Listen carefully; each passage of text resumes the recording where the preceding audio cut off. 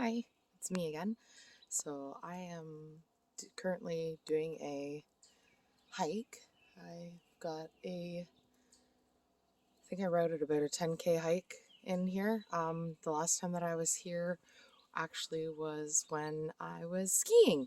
So it's kind of cool to see how everything looks green instead of covered in the whiteness. So I am basically going to just walk along and whatever thoughts kind of pop into my head, I'll just turn the camera on again, I guess.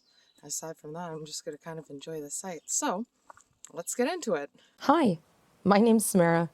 This is me. You're about to hear something really funny. You don't know what's going on. Try and get me now, Rocket. And this is my life. Say hello to Franklin. Okay, ready for some torture? This is also hard, laying down my guard. So, welcome to it. It's blizzarding. This my life is what I make of it. Interesting fact, I absolutely adore ferns. I haven't seen ferns like this though. They're almost like canopy, kind of. Like they look like those trees in Africa. Those big ones that fan out. They're really neat. I did some research on ferns not too long ago about like what's their role kind of in like the ecosystem, and they actually play a pretty vital role with everything. They help protect like little critters from the sun. They offer like a kind of like a blanket onto the ground and everything. There's a couple little things, I can't recall them right now, but I definitely did do some research. It just didn't stick. So I've picked up a really interesting habit of collecting stones. So I generally, when I'm walking, I find interesting little stones and carry them around with me. Usually take them home. Not that I need to justify the reasonings for why I do things, because like I said, I don't even know why I do some of the things that I do, but I do have a rock garden, so a lot of the stones that I collect I put in there, and then I also want to do rock painting. So I have a bunch of like the flat ones from the Grafton Beach that I collect, and I'm gonna paint. I just need the sealant for it so that the color doesn't wash off in the rain, because I want to go and place them around in the forest for people to find and, you know, play around with. I don't know, take home, keep, do whatever. After they're out of my hands, it's not really up to me what happens to them. So I have plans for these things, okay? I'm not a hoarder. Well, woodpecker. And while we're on the topic of collecting things, I also have a thing for feathers, and I just found a blue jay feather. I find them as like little, I don't know, synchronicities, or not synchronicities, little confirmations that like I'm on the right path, especially when I'm like heavily contemplating stuff in my brain. Such a fun place to be. But yeah, I just found a blue jay feather. This is the coolest trillium I have ever seen. It has green through it. Like I'm used to like the white ones, like these ones are kind of, that one's better, and the pink ones, and there's yellow ones, but I've never seen a green one. That is so neat. Trilliums, people used to pick them all the time, and then it became illegal to pick them. Look at how pink that one is. Because we almost made the plant extinct. The poor little flower, and they're so pretty. You can transplant them, but you need them in a certain kind of environment. Oh, hi. That is so cool. You just had a runner come by. I want it to run through here, but I'm not at that point yet because I need to not be so hard on myself. There's another big one. Wow, they're everywhere. I used to see them all the time when I drive down 7 to go to Ottawa, but I don't go that way anymore. So it's nice to see them a little more up close and personal. I remember going up these hills in skis. Oh, a little easier with shoes and grip. Oh my god, this place is huge. I don't remember it being this tall. Oh, well, yeah, maybe I do. I have been listening to a new YouTuber recently. Well, I don't know how long ago actually, but the channel's name is The Art of Improvement. And he basically, in a really cool way, illustrates ways of self-improvement and coming at it from a humorous and kind of really down-to-earth way of explaining it. So not only does he back up his information with like actual studies and stuff, it makes sense. And like I said, the way he illustrates it, like he draws out things, it's really cool. And so applying that with like the Abraham Hicks talks, I just recently got Chris Duncan's book, You're Not Broken. It's such an easy read. Oh my god, I love how easy it is to flow through, because I'm also reading a book called Window of Light into Quartz Crystals, and it's a little more of a brain jerker because it's got really big words and it's coming at you from a very fancy approach. Let's just put it that way. Lots of big words and technical terms that make my brain go to mush, but it's interesting and I like interesting things. So I just needed I needed a break from it because I was basically just get to a point where I'm like falling asleep trying to read it because my brain's trying to comprehend everything, all the knowledge that it's getting, and it's just like we kind of need to veer off. It's like if you listen to sad music all the time, well, you're gonna get sad. If you listen to if you do things that make you tired all the time, you're gonna be tired all the time. You need to give yourself a break every once in a while. So sounds like there's ATV or something like that in here. I didn't think ATVs were allowed in here, but I guess I'm gonna find out really soon. Look at the size of this thing. Oh my god. Don't judge me. Last time I was up this way, I pinned myself on that tree so I wouldn't slide back down. But there's a little loop around to go up to Hog's Back, which we're almost at. I'm pretty sure this is it anyways, but yeah, if I can find that, I'll put the little I think it's like she'll be coming round the mountain when she comes or something like that. It was funny. I thought it was funny.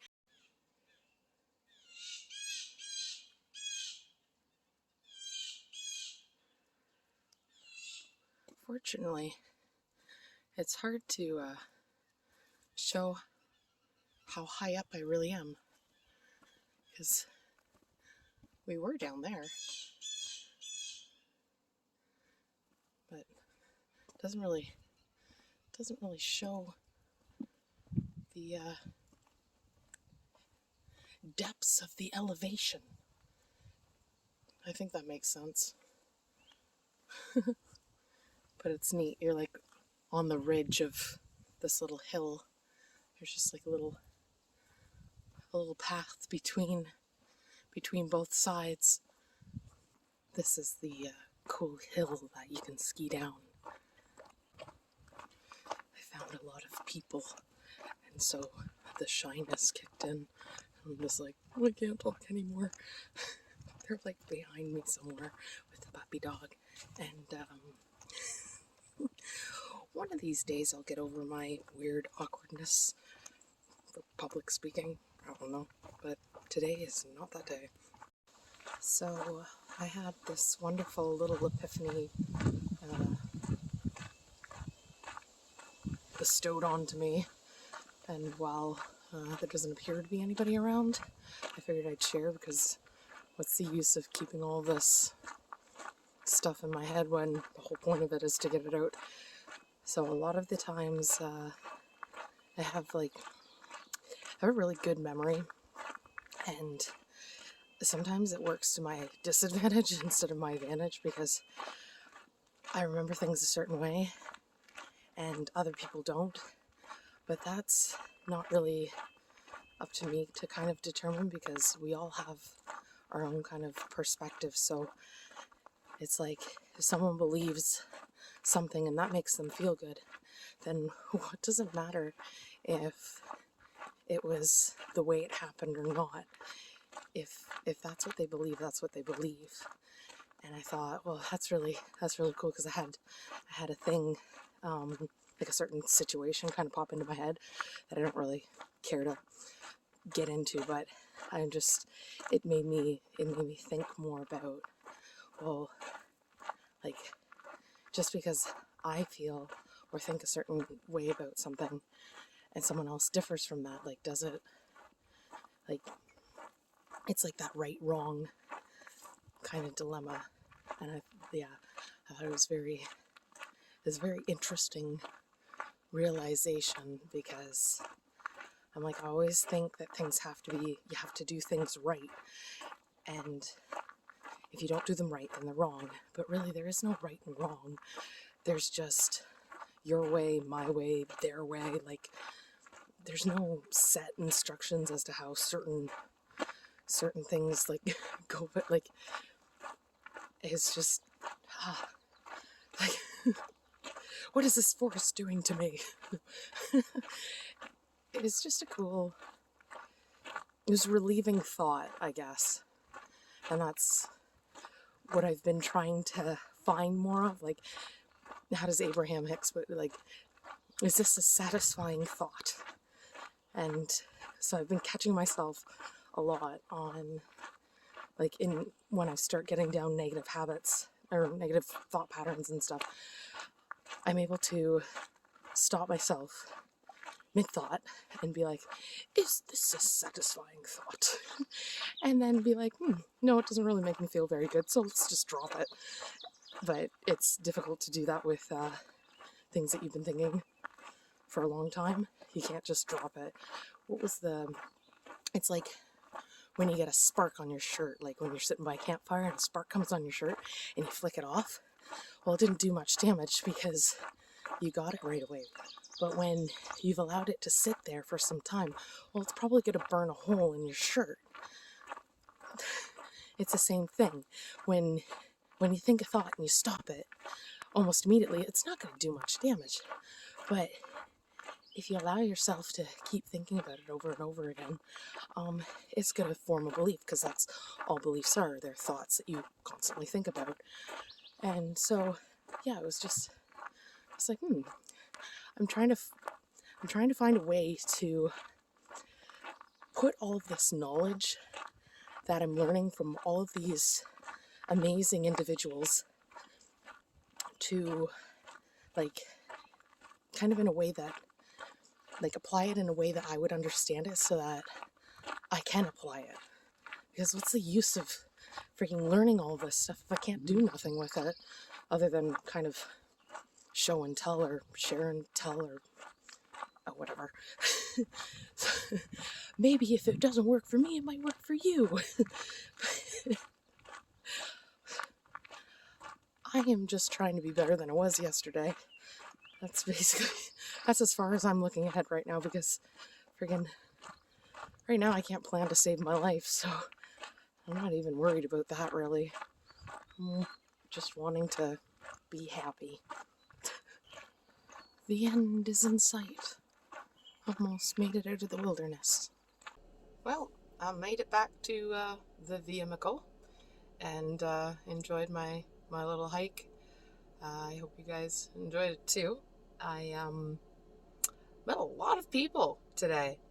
This is the busiest I've seen it. It's Sunday, so I'm not surprised. Usually when I go for these little hikes and I don't see too many people, it's usually through the week. And yeah, I'm just like, holy smokes, like people, kind of made me realize that I am still socially awkward. So that's another thing to just work on, I guess. I don't know. I'm working on a lot of things right now. Don't want to overwhelm myself. Actually, that's one of the things that the art of improvement was talking about. It's a Warren Buffett 525 principle thing. And it's basically you write down like 25 things that you want to accomplish in your life, and then you categorize them and like into your top 5 and everything. And then you just focus on those 5 things. You try to avoid the other 20 things at all costs, because it divides your focus, and you, in the grand scheme of things, you actually get nowhere closer to any of your goals. So until you accomplish those top 5 things, don't do anything else on the rest of your list.